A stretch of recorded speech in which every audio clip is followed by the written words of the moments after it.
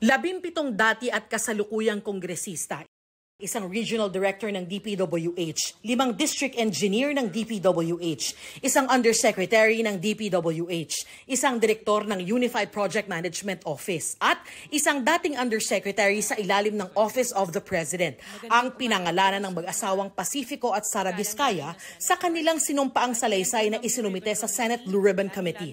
Ilan nila sa mga ito ay personal umano nilang inabutan ng pera para hindi maipit ang kanilang mga kontrata sa gobyerno. Ayon sa mga Vizcaya, 10 to 25% ng halaga ng kontrata ang hinihingi ng cash at walang resibong pinipirmahan. Matapos naming manalo sa mga bidding, may mga opisyal mula sa DPWH ang lumalapit sa amin para humingi at kumuha ng bahagi niya sa halaga ng proyekto. Ito ay binibigay namin sa kanila ng cash. Ang bawat transaksyon ay may karampatang voucher at ledger na nagsasaad ng mga araw at kung kailan nila ito natanggap. Meron din anilang kickback na inaabot nila sa chief of staff o staff ng politiko. Meron ding binabanggit lang anila ng mga nanghihinging taga-DPWH. Lumapit sa akin ang DPWH project engineer na si Angelita Garucha para kolektahin ang parte ni Kong Roman Romulo sa flood control projects noong 2022. Pagdating ng 2025, si District Engineer Aristotle Ramos ang sumunod na nagpakilala na bagman ni Kong Roman Romulo kung saan 30% ang kanyang hiningi ay para kay Kong Roman Romulo. Sinabi niya na walang magagawa dito dahil pondo ito galing sa unprogram funds at insertion galing sa taas. Karamihan umano ng kausap nilang taga-DPWH ay sinasabing ang pera ay para kay House Speaker Martin Romualdez at ako Bicol Party List Representative Elizaldico, ang dating chair ng House Committee on Appropriations. Maging si dating Congressman Marvin Rillo, ilang beses umanong binanggit kay Vizcaya na malapit niyang kaibigan si Speaker Romualdez at inaprubahan umano ng Speaker ang mga fund requests niya. Sa tuwing umiinom kami sa Wine Story, sa BGC at sa Shangri-La Mall, sinasabi pa ni Kong Rillo na lahat ng kanyang request para sa pondo ay galing pa mismo sa unprogram funds at insertion na inaaprubahan ni Speaker. Ang tao ni Marvin Rillo na si Bogs Magalong ang pumupunta sa amin para kunin ang pera sa aming opisina. Binanggit din daw sina Romualdez at ni Oswald Party List Representative Jojo Ang. Si Kong Jojo Ang naman, lagi ring binabanggit sa lahat ng project sa kanya ay papondo ni Speaker at ni Saldico. Mataas ang hinihingi sa project, dagdag pa niya, hindi naman lahat ng pera ay para sa kanya, kundi para kay Speaker at kay Saldico. Napilitan umano silang magbigay ng kickback dahil sa sobrang panggigipit ng mga nabanggit na politiko. 12 meters ang kailangan na ibaon mo sa lupa. Ang problema, yung 12 meters, kinatay, ginawan 3 meters. Baka naman ganun ang project mo. Hindi ko po kayang sagutin, Mr. Chair, yung gawa po ng iba. Hindi, ikaw ang tinatanong ko. Na-example ko lang yung Mindoro. Baka ganun ang gagawin mo, may mali talaga. Hindi po, Mr. Chair. Kami na lang po ang nag-a-absorb ng maliit na kita. Ibig po sabihin, Mr. Chair, kaysa wala kaming project, walang trabaho yung mga tauhan at empleyado namin, minabuti lang po namin na kumita na lang ng kahit na barya-barya lang. Kasabwat na ho ninyo yung district engineer at saka regional director. Paano po? Pati yung COA, kasabwat din ho ninyo. Magbubulag-bulagan na lang yung tatlong yun.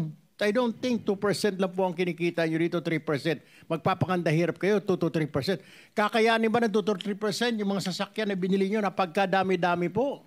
I mean, that's way, ika nga, unbelievable po. Your Honor, kaya po. Dahil 23 years naman po namin pinaghirapan po yun. Umutang umano ang mag-asawang Vizcaya sa ilang mga taga-DPWH dahil na-freeze na nila ang kanilang bank account. Noong isang araw lang daw, nagsauli umano ng pera ang isang June, driver ni Eduarte Virgilio, DPWH Regional Director ng Region 5. Itinanggihan ni Virgilio pati ang alegasyon laban sa kanya. Na-freeze ng bangko ang mga account namin kahit wala pang court order ng AMLAC. Mukhang naramdaman niya na magsasalita na ako kaya sinauli po niya yung 25% plus parking fee. Kulang pa nga. I never went to that office and I categorically say that those allegations mentioned by Mr. Vizcaya, I did not receive those. I awarded to him last year one project, and that's a road project. Ipatatawag sa Senate hearing ang driver ng DPWH Regional Director. Itinanggi rin ni dating DPWH District Engineer Henry Alcantara ang akusasyon ni Diskaya. I respectfully deny po na may tinanggap po ako galing sa kanya.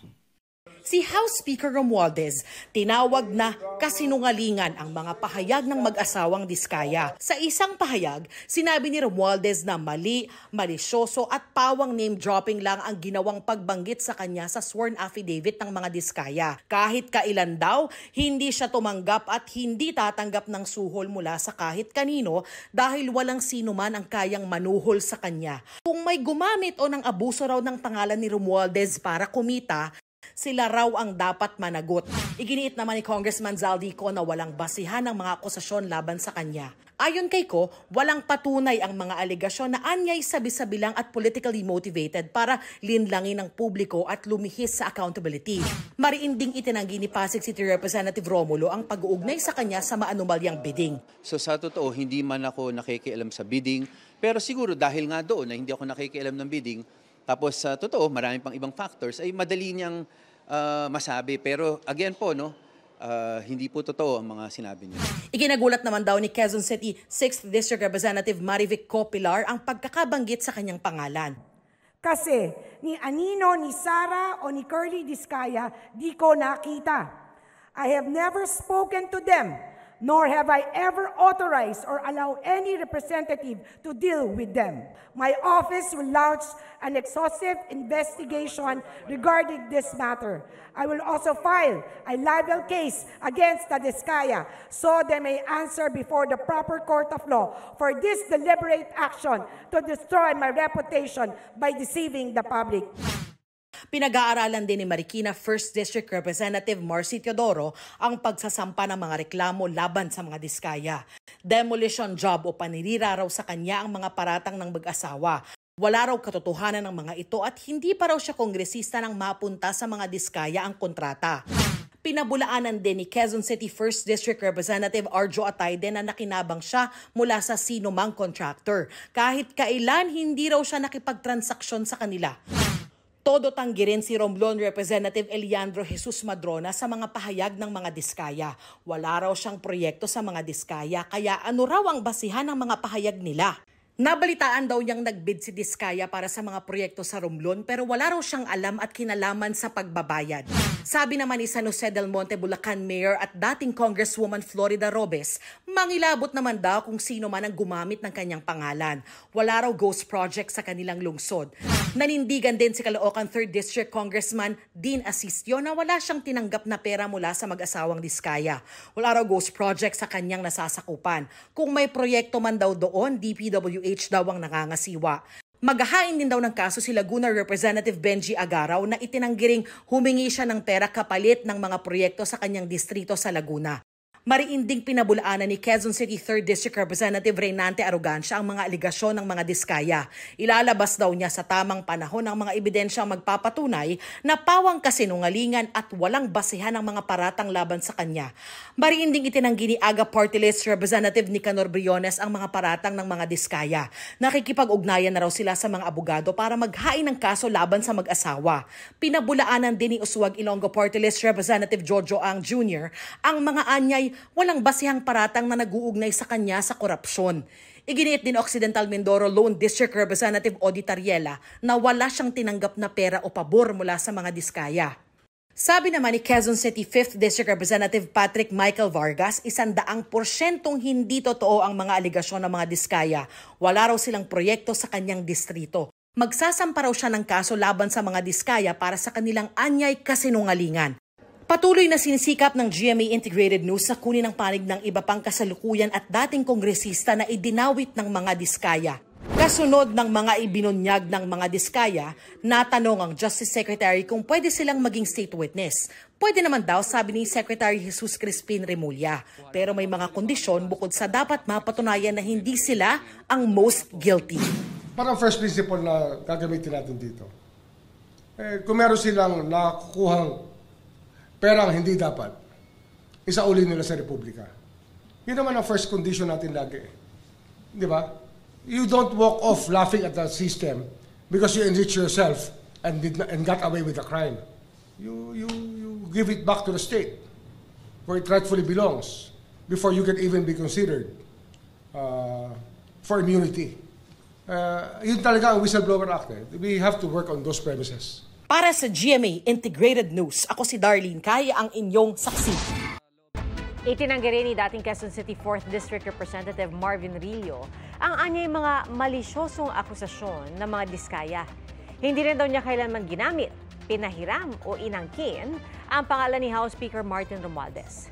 Gagamitin daw niya lahat ng tinatawag na legal remedy para malinis ang kanyang pangalan. Sigawan, tulakan, batuhan at hatakan.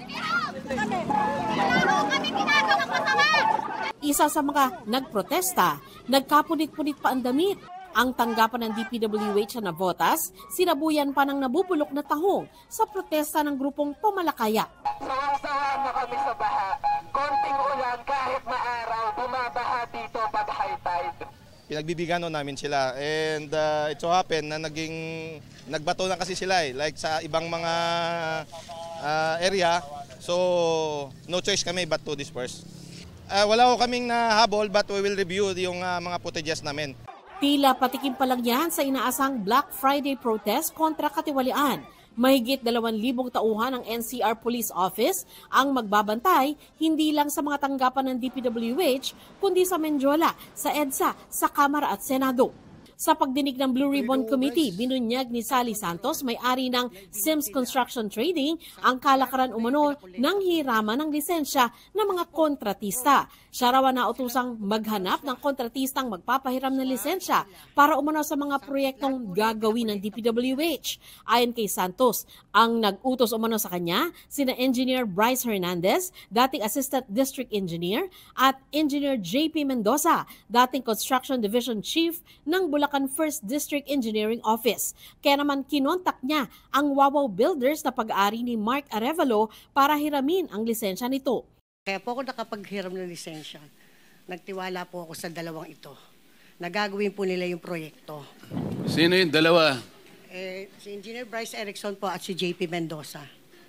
Nagpapahiram na po sila ng lisensya sa akin. So ako naman po, nagtiwala po dito sa dalawa na to na humanap po ng lisensya na gagamitin po sa mga proyekto nila. Iisipin ko po ba na isa pong opisyal ng DPWH na nire-respeto ay gagawa po ng ghost project. Bakit ikaw pong inuutusan? Ako daw po yung pwede niyo pong kausapin para manghiram. Nakikisuyo po sa akin. Siyempre po ako po, may takot din po ako kasi may mga nandun po ako sa DPWH, pa-project po ako. Kung di naman din po ako susunod sa kanila, paano po ako? Natatakot ka, baka hindi ka na makakuha ng proyekto, ganun ba? Yes, Your Honor. Ayon kay Santos, maging siya ay nagpapahiram ng lisensya para sa mga proyektong sina Hernandez at Mendoza raw ang gumagawa. Ang kapalit, 2.8% ng halaga ng proyekto na pupunta sa Wawaw Builders, 3% naman sa Sims Construction. Ang bulto ng pondo na pupunta umano kay Hernandez. Masok lang po sa account namin, tapos po, agad din pong itinatransfer sa account ni Sally. Parang dumadaan lang po. Sa katunayan po, yung passbook ko po ay hawak nila. 2.8%, Your Honor. 2.8% sa paghiram ng inyong lisensya? Ang pagkakasabi po nila ay para daw po sa buwis. Yun nga po, Your Honor, wala po kayong magawa dahil sa takot, Your Honor, na baka kami po ay maipit po yung negosyo namin, Your Honor. Kayo ang sumasali sa bidding? Sinasabi lang po niya na salihan ko daw po yun. Salihan mo? Oo, ni Sally po. At nananalo ka? Di ko na po alam, Your Honor. Sila na po ang may hawak ng Your Honor. Sino gumawa ho nitong project sa Baliwag, Bulacan? Actually po, ang gumawa po ng project ko sa Baliwag si Engineer Bryce Erickson Hernandez at saka po si JP Mendoza. Ayon kay Santos, marami silang naging transaksyon pero hindi umano niya alam na ghost project ang ilan. Sa tansya ni Santos, sa loob ng 3 taon, maaring umabot sa 1 billion pesos ang kabuang halaga ng lahat ng proyekto nila. Ang parte ng mga taga-DPWH, ibinibigay umano ng cash. Magkano binibigay mo, Miss Sally? Your Honor, marami po. Minsan po, 245 million. In cash? Yes, Your Honor. dinadala mo yung 245 million sa DPWH, sa opisina sa DPWH? Actually, Your Honor, putol-putol po yun. Minsan po 100. Even though, 100 million? Yes, Your Honor. Ano yun? Ilang maleta yun? Saan Nasa- mo nilalagay 100 million? Nasa box po, Your Honor. Isang balikbayan box? Hindi magkakasya yun. Hindi po, marami pong boxes po, Your Honor. Anak ng pating. Nang tanungin si Hernandez, inuso niya ang dati niyang boss na si dating Bulacan 1st District Engineer Henry Alcantara na siyang nag-utos ng hiraman ng lisensya. Lahat po ng sinasabi nila ay inutos lang po sa akin ng aking boss, Boss Henry Alcantara. Si Alcantara rin daw ang tunay umanong tumatanggap ng pera, bagay na itinanggi ni Alcantara. Ang madalas kong bigyan ng pera dyan, dali sa opisina niya, kay Engineer Bryce Erickson Hernandez.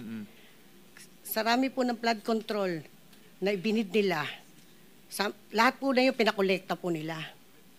Kasi po, sila na po gumagawa ng SWA. SWA, nagpapapirma po sa project inspector, sila na po lahat yun. Hanggang sa sasabihin na lang nila po, pumasok sa account ko. So, sinong binibigyan mo? Actually, hindi ko po binibigay. Kinukuha po ni Alcantara sa office ko yon. Marami po magte-testify po na noong August 3, nung sila po minumura ko, bakit may mga ganyan. Ako po ang huling pumipirma. Wala ka talagang natanggap? Yes, Your Honor. Naungkat din ang pagkakasino nila. Sabi ni Hernandez, sinasama lang umano sila ni Alcantara na magkasino gamit umano ang pera ni Alcantara. Todo tanggi rin dito si Alcantara. Natanong din ang dalawa tungkol sa paggamit ng ibang pangalan para makapagkasino. Sabi ni Hernandez, binigyan lang umano siya ng membership number at hindi raw siya gumagamit ng alias. Nauna nang umamin si Alcantara na gumagamit siya ng ibang pangalan sa kasino.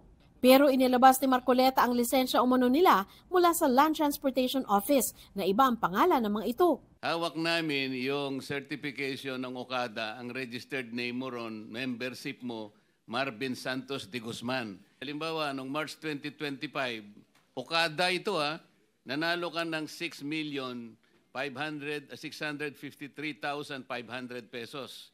April 1, natalo ka ng 25 million plus. May 2025, natalo ka ng 10 million. Pati si Alcantara, ito ang ginagamit niyang pangalan, Joseph Castro Villegas. LTO issued licenses cards. Your Honor, kahit kailan po, wala po akong lisensyang ganyan. Hindi po ako naglaro ng pera ko dito. Ano, kanino pera? Pera gobyerno? Hindi po, pera po ng boss ko. Sino boss mo? Si D. Henry Alcantara po. Kung pera ko po yung ba't ko po pahiram sa kanya, pagagamit ko po sa kanya. Matapos nito, na-cite in contempt si Hernandez na ngayon nakakulong na sa Senado. Ang Transportation Department naman, iniutos sa LTO na ipatawag ang dalawang DPWH engineer dahil sa paggamit umano ng peking driver's license. Inatasan ni Pangulong Bongbong Marcos si Public Works Secretary Vince Dizon na bumuo ng bagong team sa DPWH. Kabilang sa kinukuha ni Dizon ang retiradong Police General na sina Arthur Bisnar at Charles Calima, dating auditor na si R.A. Perez na presidente at Chief Operating Officer ng Metro Pacific Tollways Corporation, si Napolcom Commissioner Attorney Rico Bernabe. So yun yung papalit mo sa nag-courtesy? Yes. Yes. So, hindi ko pa alam kung saan. Humingi ako ng tulong sa mga tao. Kaya ba, Sir? Who can I trust? Who are good people there? We have to find the bad eggs, take them out, make them accountable. Nakipagpulong din si Dizon kina Rogelio Singson, dating DPWH Secretary noong panahon ni dating Pangulong Noynoy Aquino, at Ping De Jesus na dating DPWH Secretary ni Cory Aquino. Masyadong massive. I cannot imagine how massive the corruption inside and outside. Lower House and the Senate. Total local projects and insertions in 2025 is about 450 billion.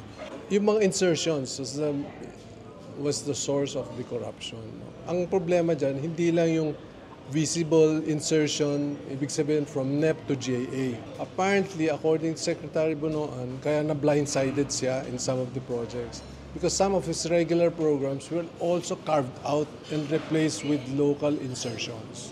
Sa gitna ng kontrobersya sa mga flood control project, iniutos ni Pangulong Marcos ang review sa panukalang budget ng DPWH para sa 2026. Kasama sa magiging pagbabago ang zero budget para sa flood control projects. Marami na tayong nagawa as of now pa lang.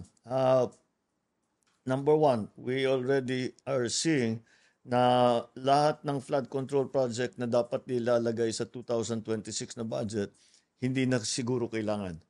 So there will be no budget for 2026 for flood control. Dahil meron naman 350 billion for 2025 na hindi pa nauubos talaga. So tuloy-tuloy pa yung trabaho. Hindi naman ibig sabihin titigil natin yung flood control project, mga flood control project. Ibig sabihin titiyakin na ngayon natin na ang paggastos tama, ang pag-implement tama, maayos ang design, etc. etc. Para sa GMA Integrated News, ako si Sandra Aguinaldo, ang inyong saksi. Mga kapuso, maging una sa saksi. Mag-subscribe sa GMA Integrated News sa YouTube para sa iba't ibang balita.